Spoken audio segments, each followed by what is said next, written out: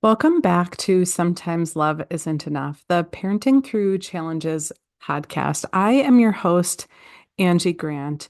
And for today's episode, I want to talk about something deeply personal.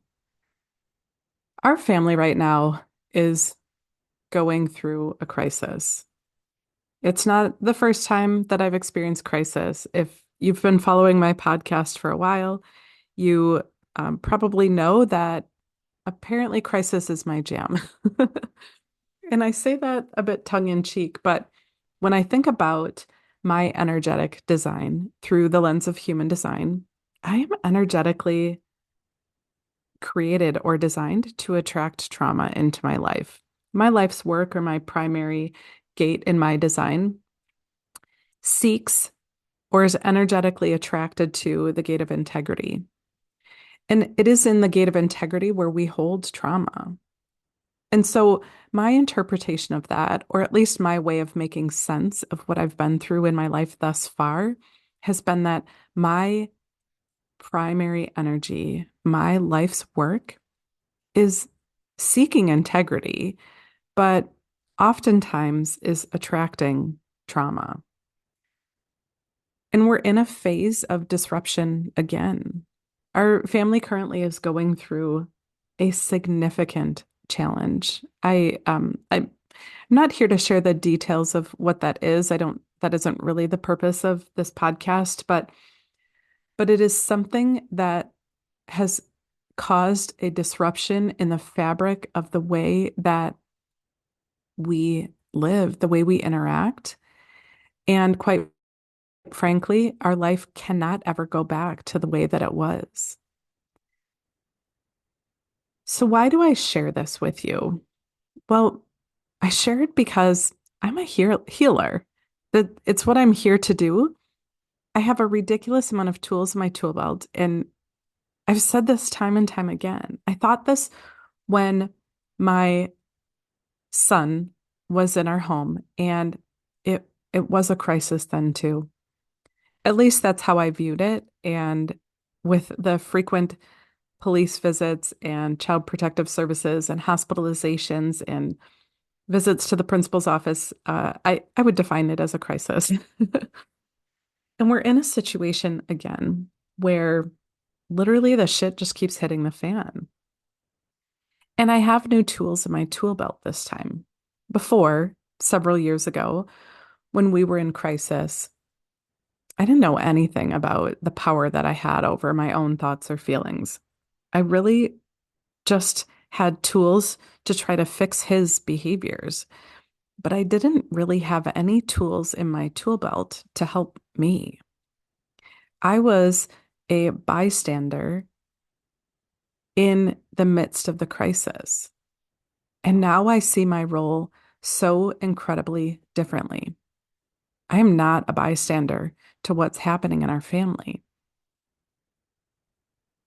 I now see that I have a critical role and I have to take care of me in order to fulfill that. I reflect on what I have done in the past, which was to live in a victim state, telling myself stories about that my frustration, my overwhelm, my anxiety that was out of control was a direct consequence of my son's behaviors at the time. And now I see that my anxiety, my overwhelm, my frustration, my sadness, my fear, all of those emotions that are flowing in are a normal part of the process. Nothing's gone wrong. Nothing needs to be fixed necessarily. I look at it so very differently. It is inevitable as a human, as a mom, as a grandma, as my role, it's inevitable that I'm going to feel big, overwhelming, sometimes catastrophic feelings that I feel like have taken over and that I've lost control. But I have new tools now. And my first tool is that I have this deeper understanding about emotions. and my own emotional wave. Through the lens of human design, I am emotionally defined. So my emotional solar plexus is defined, meaning it's colored in on my chart. If you're not sure what that means, check out the show notes and grab your chart and let's chat. But what I know about through learning about human design is that I have an emotional wave. Any of us who have a defined emotional solar plexus, we have our own predictable wave. And so what this means to me is that it too will pass. As we're going through this crisis and I'm feeling big emotions and they feel out of control in the moment, I now have this trust that it won't last forever. The same is true for all of us, emotionally defined or not. That feeling of overwhelm or anxiety or depression or sadness or fear, it will pass if we allow it to. But oftentimes, what we do, what I did in the past, was I would feel this overwhelming anxiety and I would fuel the fire. So, yes, I have an emotional wave that will pass. But when I keep myself through just not even knowing, right? I wasn't doing anything intentionally to keep myself there. I was just being human without any awareness about the control or responsibility that I have over my own emotions. And so I would fuel the fire with my thoughts. I would feel this anxiety, which was a normal part of what I was experiencing. And I would continue to tell my story to anybody who would listen over and over and over again. I was solidifying my belief in what I thought to be the cause of the problem, and I was fueling my own anxiety fire by continuing to tell the same disempowered story about what was happening in my life. I now know I have control over that. I know that not only will my emotional wave pass, but I can help it pass by being more intentional about the thoughts that I'm bringing into my awareness. Instead of feeling victim to what was happening around me or throwing my hands in the air and saying, I have the greatest tools and I've tried everything. I now look back and I think like, oh man, I didn't even try the most important thing, which was working on my own mindset around my situation. So, so having that key understanding about emotional waves is a huge savior in my current situation right now. Having the understanding about personal responsibility, as I've learned through my coaches and mentors, has been a huge shift as we are navigating this huge disruption in our family. And and really understanding the elements of my design that can pose more challenges for me, perhaps, but also within those challenges hold the gifts. I was just, earlier before I started recording this podcast, I was recording an episode for my EFT tapping YouTube channel. And in a few days, we're moving into, well, a few days from when I'm recording this now, we're moving into gate 19, the gate of sensitivity. Gate 19 is part of my design. It's part of my core four or my life's work or my incarnation cross. It is my unconscious earth, meaning when I am grounded in the energy that gate 19 brings, I shine out what I'm here to do in the world. Gate 19 is the gate of sensitivity. And understanding this gate has been such a catalyst to my own growth and my own healing. Because old Angie, previous Angie, past life Angie was a victim to this energy of sensitivity. I would take on other people's emotions. I would be so sensitive to the needs of others that I would lose myself. I would lose my own personal responsibility within that energy and not know what was theirs and what was mine. My story was codependent on their pain. I now have this profound awareness about what is mine and what I hold and what I feel and what I am learning as I am experiencing the emotions of others. Gate 19 resides in the root center, and my root center is undefined.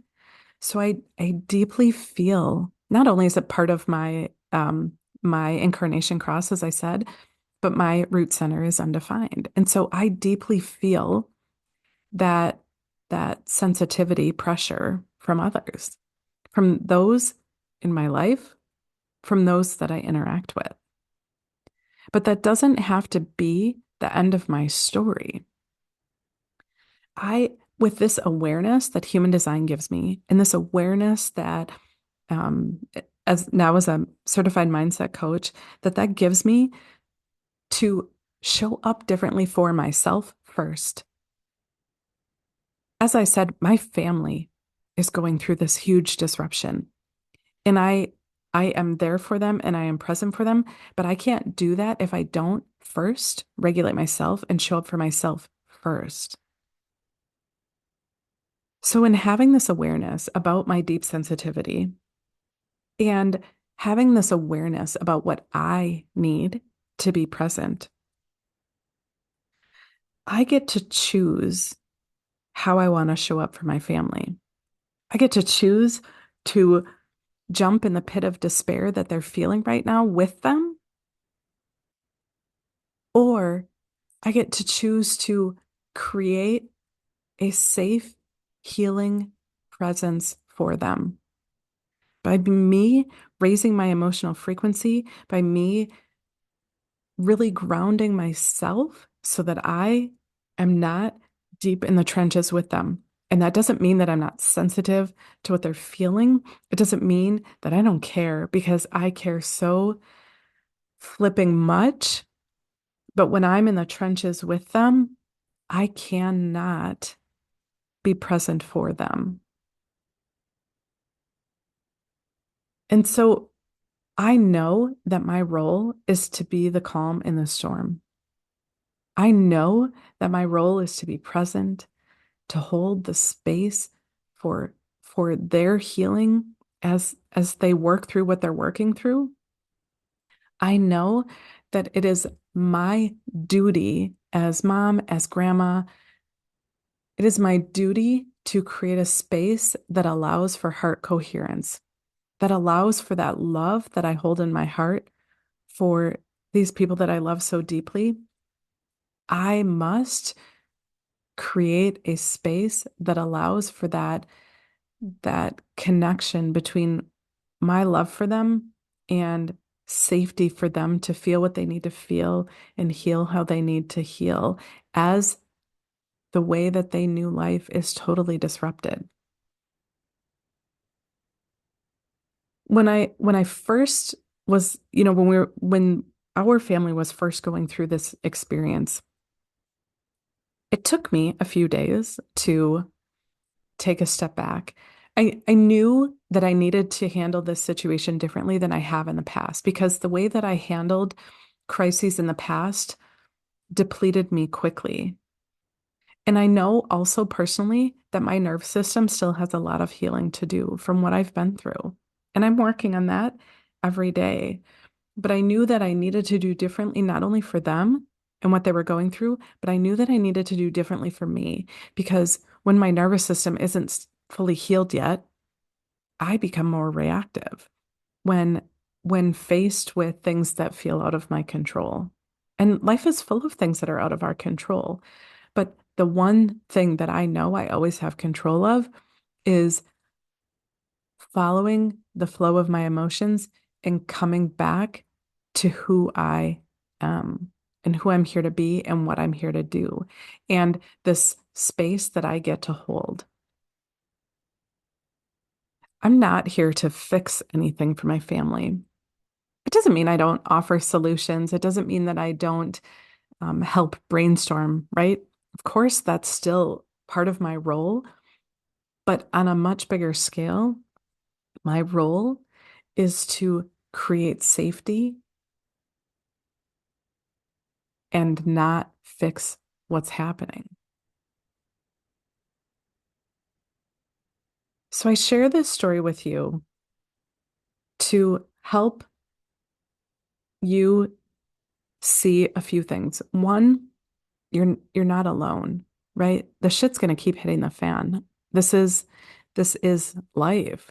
And sometimes some of us are or have called into our life this energetic blueprint that invites us to step up, to step forward, to break the patterns that have been on repeat through generations.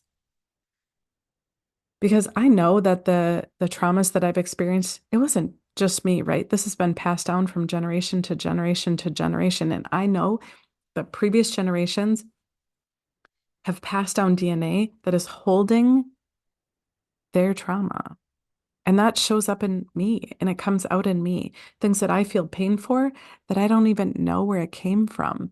But my soul knows that it came from past generations. And I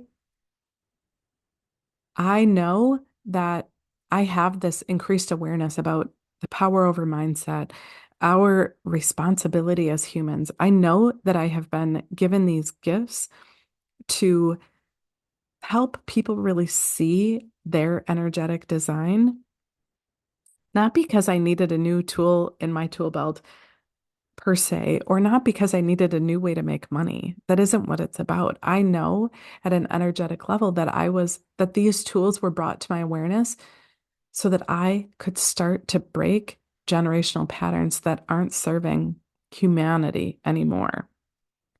If when we are faced with challenges, it becomes a crisis. If we respond and let our nervous system become victim to what's happening around us, then we're powerless to heal ourselves and to show up the way that our kids need us to. As someone had asked me the other day, what is my mission statement? Who is it that I'm here to serve and to heal? And I said, if I'm being honest, I have two parallel missions happening at the same time. And I don't think that either can be separated from the other.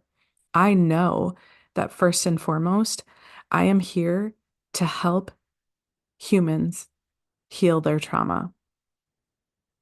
It, it, I feel such a strong pull to help others with tools, practical, simple tools to heal their trauma so that they can be present for those that they love. And the second part of that, the other parallel process that I'm here to help with, is I know that when we can see our kids and ourselves, of course, but when we can see our kids at an energetic level and see what they uniquely need, we show up differently for them so that we minimize the risk of them holding trauma in their energy field as well, right? We have to heal ourselves and we have to see our kids differently so that we can build their resilience so that when there are big disruptions in their life, they can handle it better. It doesn't knock them totally off course. It may create a different path in life, but I know that I have a part in creating a world where parents see their kids in a way that we raise them with such empowerment, such authenticity, such a strongly held belief that they are lovable and valuable just because they exist. I know that in my core that that is why I'm here and why the things that I've learned over the past couple of years have been brought in front of me. And so I I share this story with you to help you feel seen, to let you know that you're not alone, to and to say that we have to do it differently. We cannot go through crises in our family. We cannot go through these big disruptions and be the victim. One of us, any one of us, has to settle into that idea that it is our duty to create safe space so that our loved ones can heal. I know since we've been going through this over the past couple of weeks, I have been tapping like crazy. And I say that every day, every single day, several times a day, as a ritual. It was part of my routine before, but now it is a daily ritual to tap and clear what I need to clear. And then as my emotions come up, I give them a little bit of time to pass. And then I tap so that I can re-regulate. Not because I don't want to feel my emotions. That isn't what it's about. It's about not letting my emotions take over, not falling victim and falling into the deep, deep pool that my emotions can take me to. It's about feeling it, letting it ride out, and then gently bringing myself back to a place of safety so that I can be present. Because it isn't about me. I have to be in a space where I can be present for others, but my role is to help support those that I love. So I am so grateful if you're still here listening. I thank you for listening to the end. This, as I said, is a deeply painful and yet powerful thing that our family is going through right now. I appreciate you holding space for me as I am holding space for you for whatever your family's going through. When you're ready, I do invite you to book a connection clarity call because I can help you with these practical tools to shift the way that you're showing up for yourself first and then for your loved ones. You don't have to go it alone. And quite frankly, it's hard to do by ourselves. I am surrounded by a network of mentors and coaches who are holding space for me. I am not doing this alone, but I'm sharing my journey with you to help you see that it is possible to shift the current way that your body's feeling. It is totally possible to shift the way that you're showing up for yourself, but you have to make a decision first. Nobody's going to decide that for you. It's up to you to decide that you're done letting the crises or disruptions take over. And if you've been in a many years long um, marathon of disruptions, I see you too. I have definitely been there and I did not know how to get out. I do now. I have powerful tools to help you get out. You don't have to stay there anymore. So I'm going to wrap it up with that. Again, so much gratitude as you have hung out here with me through this. And I can't wait to connect with you and help you on your healing journey. That is all. We will talk soon.